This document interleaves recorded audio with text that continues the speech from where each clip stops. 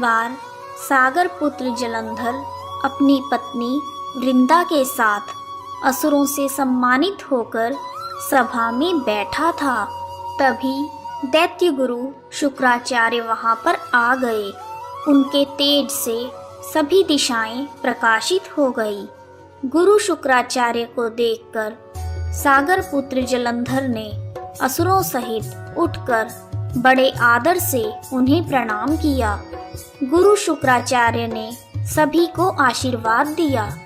फिर जलंधर ने उन्हें दिव्य आसन पर बैठाकर स्वयं भी आसन ग्रहण किया। सागर पुत्र जलंधर ने उनसे विनम्रता पूर्वक पूछा, गुरुजी, आप हमें यह बताने की कृपा करें कि राहु का सिर किसने काटा था। इस पर दैत्य गुरु शुक्राचार्य ने विरोचन पुत्र हिरण्यकश्यपु और उसके धर्मात्मा पुत्र का परिचय देकर देवताओं और असुरों द्वारा समुद्र मंथन की कथा संक्षेप में बताते हुए कहा कि जब समुद्र से अमृत निकला तो उस समय देवताओं का रूप बनाकर राहु भी अमृत पीने के लिए पंक्ति में बैठ गया। इस पर इंद्र के पक्षपाती भगवान विष्णु ने राहु का सिर काट दिया। अपने गुरु के मुख से ऐसे वचन सुनकर जलंधर के क्रोध की सीमा ना रही। उसके नेत्र लाल हो गए। फिर उसने अपने धस्मर नामक दूत को बुलाया और उसे गुरु शुक्राचार्य द्वारा बताया गया वृत्तांत सुनाया।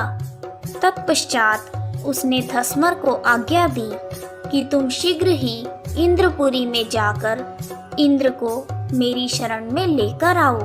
धस्मर जलंधर का आज्ञाकारी एवं निपुण दूत था।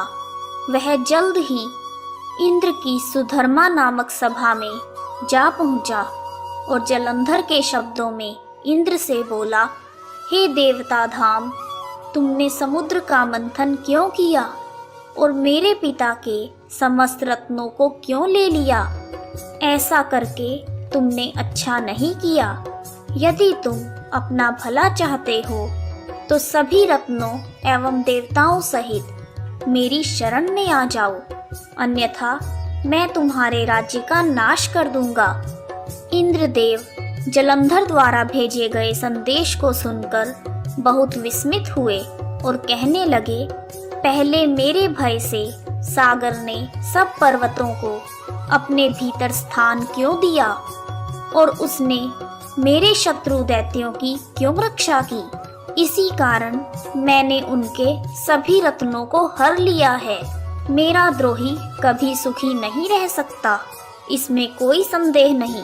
इंद्र की ऐसी बातें सुनकर वह दूत शीघ्र ही जलंधर के पास आया और उसे सभी बातें बताई। उसकी बातें सुनकर जलंधर क्रोध के मारे अपने होठ फड़फड़ाने लगा और देवताओं पर विजय प्राप्त करने के लिए उसने तैयारी आरंभ कर दी। समस्त दिशाओं तथा पाताल से करोड़ों दैत्य उसके पास आए। शुंभ निशुंभ आदि करोड़ों सेनापतियों के साथ जलंधर इंद्र के साथ युद्ध करने लगा। शीघ्र ही इंद्र के नंदन वन में जलंधर ने अपनी सेना उतार दी। वीरों की शंख ध्वनि और गर्जना से इंद्रपुरी गूंज उठी। अमरावती छोड़कर देवता उससे युद्ध करने के लिए चले गए। भयानक मारकाट हुई। असुरों के गुरु शुक्राचार्य अपनी मृत संजीवनी विद्या से और देवगुरु बृहस्पति द्रोणागिरी से औषधि लेकर उन्हें जीवित करने लगे।